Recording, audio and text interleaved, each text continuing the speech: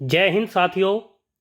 मैं आर के स्वामी आप सभी का स्वामी क्लासेस फाजिलका में स्वागत करता हूं। साथियों, आज की जो क्लास है हिंदी साहित्य से संबंधित तीसरी महत्वपूर्ण क्लास रहेगी। और आज की इस क्लास में हम हिंदी साहित्य लेखन की परंपरा और प्रमुख साहित्य ऐतिहासिक ग्रंथों का विस्तृत अध्ययन करेंगे। साथियों, आज की जो क्लास है उन सभी प्रतियोगी परीक्षा के लिए बहुत ही महत्वपूर्ण होने वाली है, जिन प्रतियोगी परीक्षा में हिंदी साहित्य से संबंधित प्रश्न पूछे जाते हैं। इसलिए वीडियो को अंत तक अवश्य देखें, वीडियो को लाइक और शेयर अवश्य करें। अगर आप हमारे यूट्यूब चैनल पर नए हो तो चैनल को सब्सक्राइब करें, बेल आइकन को अवश्य दबाएं ताकि आप तक नई क्लास का नोटिफिकेशन पहुंच सके। अगर आपने हमारी अभी तक पहली वाली क्लासें नहीं देखी हैं तो आप प्ले लिस्ट में जाकर उन क्लासों को अवश्य देखें और हिंदी की बेहतर तैयारी करें। तो शुरू करते हैं आज की क्लास। देखते हैं साथियों, जैसे कि आप सभी को पता है कि हम हिंदी साहित्य का विस्तृत अध्ययन कर रहे हैं और यह हमारी हिंदी साहित्य इतिहास से संबंधित विस्तृत अध्ययन की तीसरी क्लास है। आज की इस क्लास में हम हिंदी में इतिहास लेखन की परंपरा का विस्तृत अध्ययन करेंगे। प्रथम इतिहासकार है गारसा द तासी। इनका जन्म काल यानी कि जन्म 25 जनवरी 1794 ईस्वी में हुआ माना जाता है। इनका जन्म स्थान फ्रांस माना जाता है। मृत्युकाल 2 सितंबर 1878 ईस्वी में मृत्यु हुई मानी जाती है। यह एक फ्रेंच विद्वान थे और फ्रेंच भाषा में ही रचना की थी, यानी कि हिंदी साहित्य का इतिहास इन्होंने फ्रेंच भाषा में ही लिखा है। आपसे पूछा जाएगा हिंदी साहित्य इतिहास का प्रथम जो इतिहास ग्रंथ है वह किस भाषा में लिखा गया, तो वह फ्रेंच भाषा में लिखा गया है। आगे देखते हैं। इनकी यानी कि गारसा दा तासी जी की रचना का नाम है इस्तवार द ला लिटरेचर इंदुई हिंदुस्तानी। इस्तवार का अर्थ है हिस्ट्री यानी कि इतिहास। आगे देखते हैं। लिटरेचर का अर्थ है लिटरेचर यानी कि साहित्य। हिंदुई का अर्थ है हिंदुई यानी कि हिंदुओं की भाषा, जिसमें तत्सम शब्द प्रधान रूप से प्रयोग किए जाते हैं। हिंदुस्तानी का अर्थ है हिंदुस्तानी यानी कि मुसलमानों की भाषा, जिसमें अरबी फारसी शब्द प्रधान रूप से प्रयोग किए जाते हैं। रचना का हिंदी में अर्थ है हिंदुस्तानी व हिंदवी साहित्य का इतिहास। सभी साथी याद कर लेंगे। गारसा दा तासी जी की रचना का हिंदी अर्थ है हिंदुस्तानी व हिंदवी साहित्य का इतिहास। प्रकाशन वर्ष देखते हैं। डॉक्टर राम कुमार वर्मा जी के अनुसार इसका प्रकाशन 5 भाग में हुआ। 2 भाग 1839 और 1847 ईस्वी में प्रकाशित हुए और 3 भाग इसके 1870 और 1871 ईस्वी में प्रकाशित हुए माने जाते हैं। आगे देखते हैं।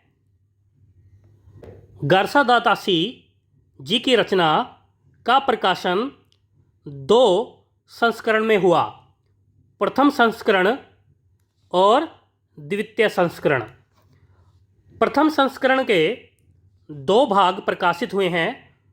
इसका प्रथम भाग 1839 ईस्वी में प्रकाशित हुआ और द्वितीय भाग जो है प्रथम संस्करण का 1847 ईस्वी में प्रकाशित हुआ। द्वितीय संस्करण के 3 भाग प्रकाशित हुए। प्रथम भाग, द्वितीय भाग, तृतीय भाग। इनका प्रकाशन वर्ष 1870 से 1871 ईस्वी तक माना जाता है। आगे देखते हैं, विशेष कथन देखते हैं। गारसादातासी जी हिंदी के विरोधी कवि थे, यानी कि गारसादातासी जी जो हैं इन्होंने हिंदी का विरोध किया था। इसमें यानी कि गारसादातासी जी के साहित्य ऐतिहासिक ग्रंथ में कुल 738 या 783 रचनाकारों का वर्णन मिलता है। यानी कि कुछ पुस्तकों में आपको 738 लिखा मिलेगा और कुछ पुस्तकों में आपको 783 लिखा मिलता है। अगर सर्वमान्य मत के अनुसार देखें तो इस ग्रंथ में 783 ही रचनाकारों का वर्णन मिलता है। इसमें हिंदी के 72 रचनाकारों का तथा शेष उर्दू के रचनाकारों का वर्णन मिलता है। इसके कुल यानी कि इस ग्रंथ के कुल 24 अध्याय हैं। कितने? 24 अध्याय मिलते हैं। यह ग्रंथ वर्णानुक्रम यानी कि वर्णमाला पद्धति में रचित है। इसका the oriental translation committee Ireland में प्रकाशक पेरिस में हुआ। आगे देखते हैं,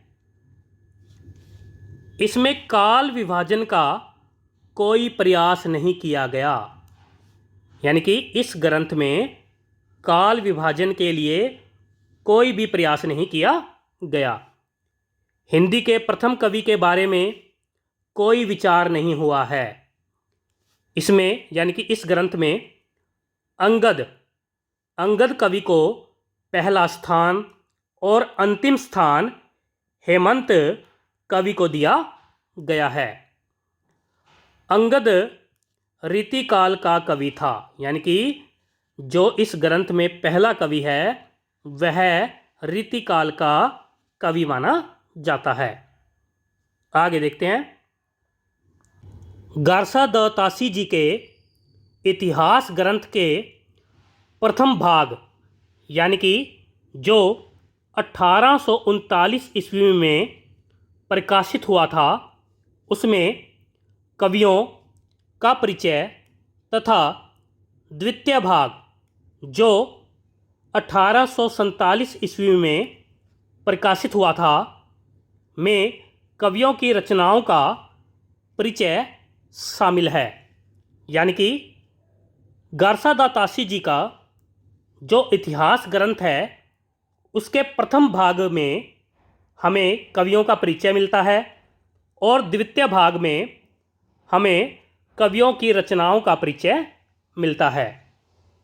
नलिन विलोचन शर्मा जी ने अपने ग्रंथ का नाम है हिंदी साहित्य का इतिहास दर्शन। हिंदी साहित्य का इतिहास दर्शन में कहा है कि गारसादातासी जी हिंदी साहित्य का इतिहास लिखने वाले प्रथम विद्वान हैं।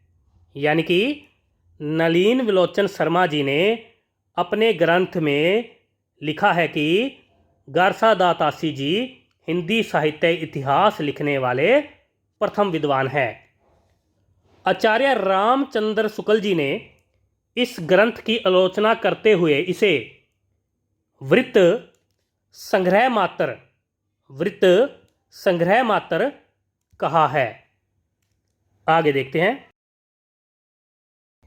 हिंदी साहित्य की दीर्घकालीन गाथा को सूत्रबद्ध रूप से स्पष्ट करने का प्रयास किया। यानी कि जो गारसा दातासी जी हैं, इन्होंने हिंदी साहित्य की दीर्घकालीन गाथा को सूत्रबद्ध रूप से स्पष्ट करने का प्रथम प्रयास किया।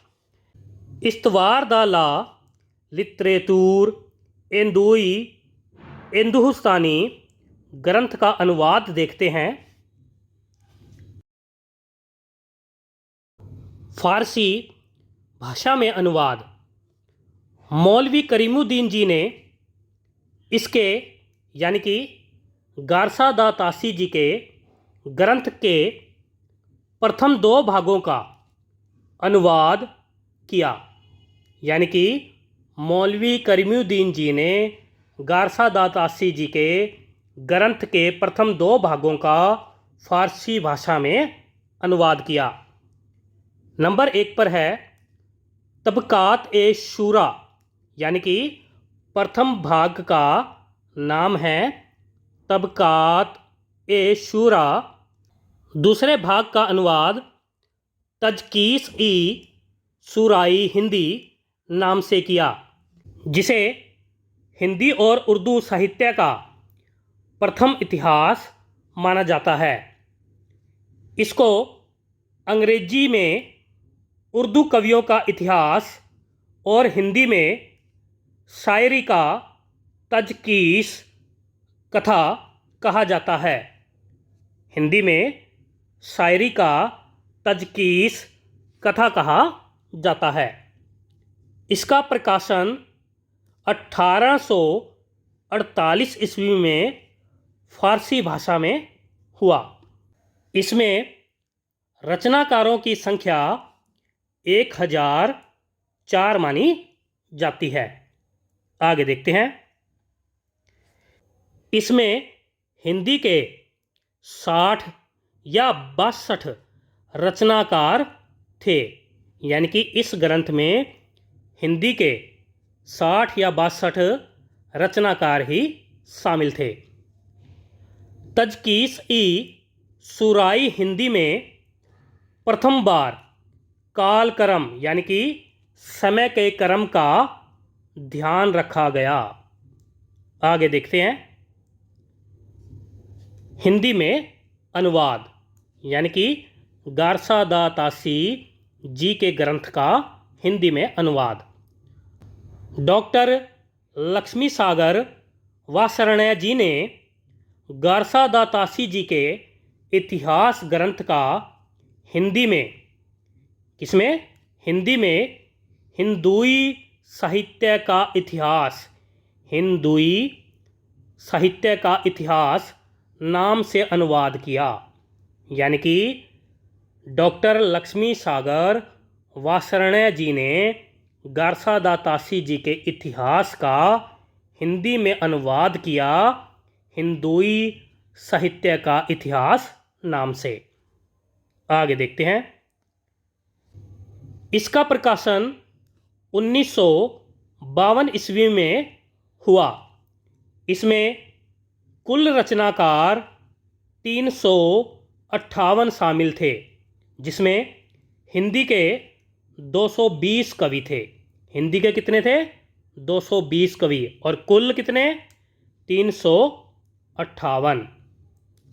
आगे देखते हैं। दूसरे साहित्य इतिहासकार हैं ठाकुर शिव सिंह सैगर जी। इनका जन्म काल 1833 ईस्वी माना जाता है। यानी कि इनका जन्म 1833 ईस्वी में हुआ। जन्म स्थान गांव काथा, उन्नाव, उत्तर प्रदेश माना जाता है। मृत्यु काल 1878 ईस्वी माना जाता है। इनके पिता का नाम रणजीत सिंह जी माना जाता है। इनकी रचना का नाम शिव सिंह सरोज माना जाता है। इसका प्रकाशन वर्ष 1883 ईस्वी माना जाता है और संशोधित या परिवर्धित संस्करण जो है 1888 ईस्वी में आया था।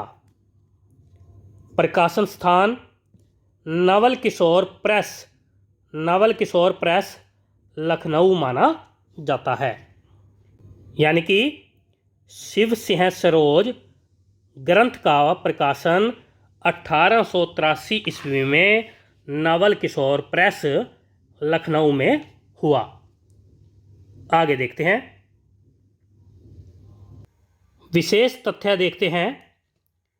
हिंदी का प्रथम वृत्त संग्रह है, यानी कि शिव सिंह सैगर जी द्वारा रचित ग्रंथ शिव सिंह सरोज हिंदी का प्रथम वृत्त संग्रह है। यह हिंदी में रचित, यानी कि शिव सिंह सरोज ग्रंथ हिंदी में रचित हिंदी साहित्य का पहला इतिहास ग्रंथ है। इसमें कुल रचनाकार 1003 शामिल है, यानी कि इसमें लगभग 1000 रचनाकार शामिल है। हिंदी के अगर देखें तो इसमें 769 रचनाकार शामिल हैं। इस ग्रंथ में काल विभाजन का कोई प्रयास नहीं किया गया, यानी कि शिव सिंह सैगर जी ने शिव सिंह सरोज ग्रंथ में काल विभाजन नहीं किया है। यह ग्रंथ वर्णानुक्रम, यानी कि वर्णमाला पद्धति में रचित है। शिव सिंह सैगर जी ने पुष्य या पुंड्र या पुष्पदंत को हिंदी का पहला कवि माना है। भारतीय विद्वान का प्रथम प्रयास था, यानी कि यह ग्रंथ लिखना एक भारतीय विद्वान का प्रथम प्रयास था। आगे देखते हैं, हिंदी साहित्य के इतिहास का प्रस्थान बिंदु शिव सिंह सरोज ग्रंथ को कहा गया। आगे देखते हैं, तीसरे नंबर पर साहित्य इतिहासकार जॉर्ज इब्राहिम ग्रियर्सन जी ने हिंदी साहित्य का इतिहास लिखा। इनका जन्म काल 7 जनवरी 1851 ईस्वी माना जाता है, यानी कि ग्रियर्सन जी का जन्म 7 जनवरी 1851 ईस्वी में हुआ। इनका जन्म स्थान डबलिन आयरलैंड माना जाता है। इनका मृत्यु काल 9 मार्च 1951 ईस्वी माना जाता है। इनकी रचना है the modern vernacular literature of Hindustan. इसकी भाषा अंग्रेजी मानी जाती है, यानी कि ग्रियर्सन जी ने हिंदी साहित्य का इतिहास अंग्रेजी भाषा में लिखा। आगे देखते हैं, प्रकाशन वर्ष देखते हैं। The Royal Asiatic Society of Bengal की पत्रिका के विशेषांक के रूप में इस ग्रंथ का प्रकाशन 1888 ईस्वी में हुआ तथा एक पुस्तक के रूप में इस ग्रंथ का प्रकाशन 1889 ईस्वी में हुआ माना जाता है। नोट में कुछ लिखा है, गणपति चंद्रगुप्त जी के अनुसार इस ग्रंथ का प्रकाशन वर्ष 1800 88 ईस्वी माना जाता है। और राम कुमार वर्मा जी और गुलाब राय जी के अनुसार इस ग्रंथ का प्रकाशन वर्ष 1889 ईस्वी माना जाता है। अगर हम सर्वमान्य मत के अनुसार देखें तो इस ग्रंथ का प्रकाशन वर्ष 1888 ईस्वी ही माना जाता है। आगे देखते हैं। इस ग्रंथ से संबंधित विशेष तथ्य देखते हैं। यह हिंदी साहित्य इतिहास का नींव का पत्थर माना जाता है। काल अनुक्रम पद्धति में रचित है, यानी कि यह जो ग्रंथ है काल अनुक्रम पद्धति में रचित है। प्रोफेसर नलिन विलोचन शर्मा जी के अनुसार हिंदी के विधेयवादी साहित्य इतिहास के आदम प्रवर्तक आचार्य रामचंद्र शुक्ल जी नहीं प्रत्युत ग्रियर्सन जी हैं। हिंदी साहित्य को चारण काव्य, धार्मिक काव्य, प्रेम काव्य व दरबारी काव्य के रूप में परिभाषित किया गया। आगे देखते हैं।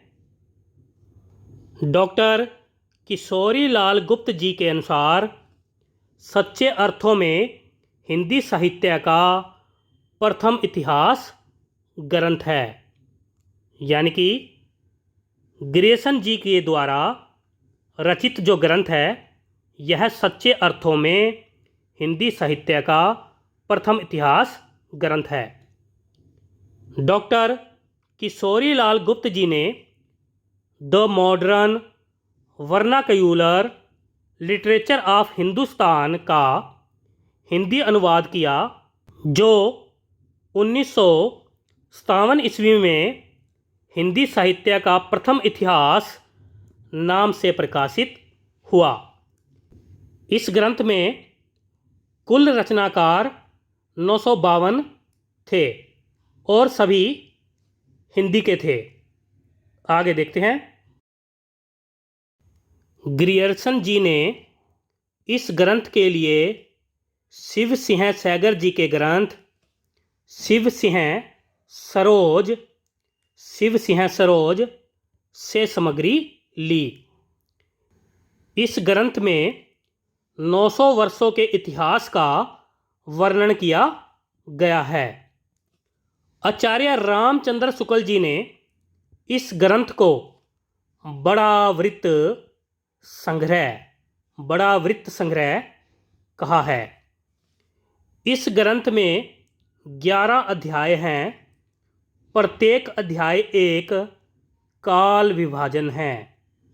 ग्रियर्सन जी ने भक्ति काल को हिंदी साहित्य का स्वर्ण काल कहा। आगे देखते हैं। नोट में कुछ लिखा है। श्याम सुंदर दास जी ने भक्ति काल को हिंदी साहित्य का स्वर्ण युग कहा। आगे देखते हैं। ग्रियर्सन जी ने तुलसीदास पर 12 निबंध लिखे हैं। ग्रियर्सन जी ने हिंदी को अंग्रेजों द्वारा आविष्कृत भाषा कहा है। जॉर्ज इब्राहिम ग्रियर्सन जी ने हिंदी भाषा के विकास के लिए तीन महत्वपूर्ण कार्य किए हैं। नंबर 1 पर है the modern vernacular literature of northern Hindustan पुस्तक की रचना 1889 ईस्वी में की। नंबर 2 पर है भारतीय भाषाओं का सर्वेक्षण, यानी कि linguistic survey of survey of India 1902 ईस्वी से 1909 ईस्वी तक किया। आगे देखते हैं। नंबर 3 पर तुलसीदास जी का वैज्ञानिक अध्ययन 1886 ईस्वी से 1921 ईस्वी तक किया। आगे देखते हैं। चौथे नंबर पर साहित्य इतिहासकार हैं मिस्र बंधु जी। इनकी रचना का नाम मिस्र बंधु विनोद है। प्रकाशन वर्ष देखते हैं। इस ग्रंथ का प्रकाशन जो है कुल 4 भागों में हुआ। प्रथम 3 भाग सन 1913 ईस्वी में प्रकाशित हुए और चतुर्थ भाग 1934 ईस्वी में प्रकाशित हुआ। प्रकाशन संस्था नागरी प्रचारणी सभा काशी मानी जाती है। आगे देखते हैं। विशेष तथ्य देखते हैं। मिस्र बंधु 3 भाई थे, जिसमें श्याम बिहारी, गणेश बिहारी और सुखदेव बिहारी जी आते हैं। इस ग्रंथ में कुल 4591 रचनाकारों का वर्णन मिलता है, यानी कि लगभग 5000 रचनाकारों का वर्णन मिलता है। इसमें कवियों के जीवन चरित्र का वर्णन हुआ है। यह ग्रंथ काल अनुक्रम पद्धति में रचित है। आचार्य रामचंद्र शुक्ल जी ने इस ग्रंथ को बड़ा भारी या प्रकांड कविवृत संग्रह कहा है। आगे देखते हैं। आचार्य रामचंद्र शुक्ल जी ने मिस्र बंधुओं को परिश्रमी संकलनकर्ता कहा है। इस ग्रंथ में हिंदी साहित्य के इतिहास को मुख्य 5 युगों में तथा 3 उपविभाजन किया है। इन्होंने यानी कि मिस्र बंधु जी ने आदिकाल को आरंभिक काल कहा है। मिस्र बंधुओं जी ने पुष्य या पुंड्र या पुष्पदंत को हिंदी का प्रथम कवि माना है। इसमें रचनाकारों को 3 श्रेणियों में विभाजित किया है। नंबर 1 पर है उत्तम श्रेणी, नंबर 2 पर है मध्यम श्रेणी और नंबर 3 पर है सामान्य श्रेणी। यह इतिहास ग्रंथ हस्तलिखित ग्रंथ खोज रिपोर्ट समिति के आधार पर लिखा गया है। यह इतिहास ग्रंथ आचार्य रामचंद्र शुक्ल जी के इतिहास ग्रंथ का उपजीव्य ग्रंथ है। आगे देखते हैं। हिंदी साहित्य का इतिवृत्तात्मक लेखन सर्वप्रथम इसी ग्रंथ में हुआ है। परंपरागत रूप में हिंदी साहित्य का प्रथम ग्रंथ है।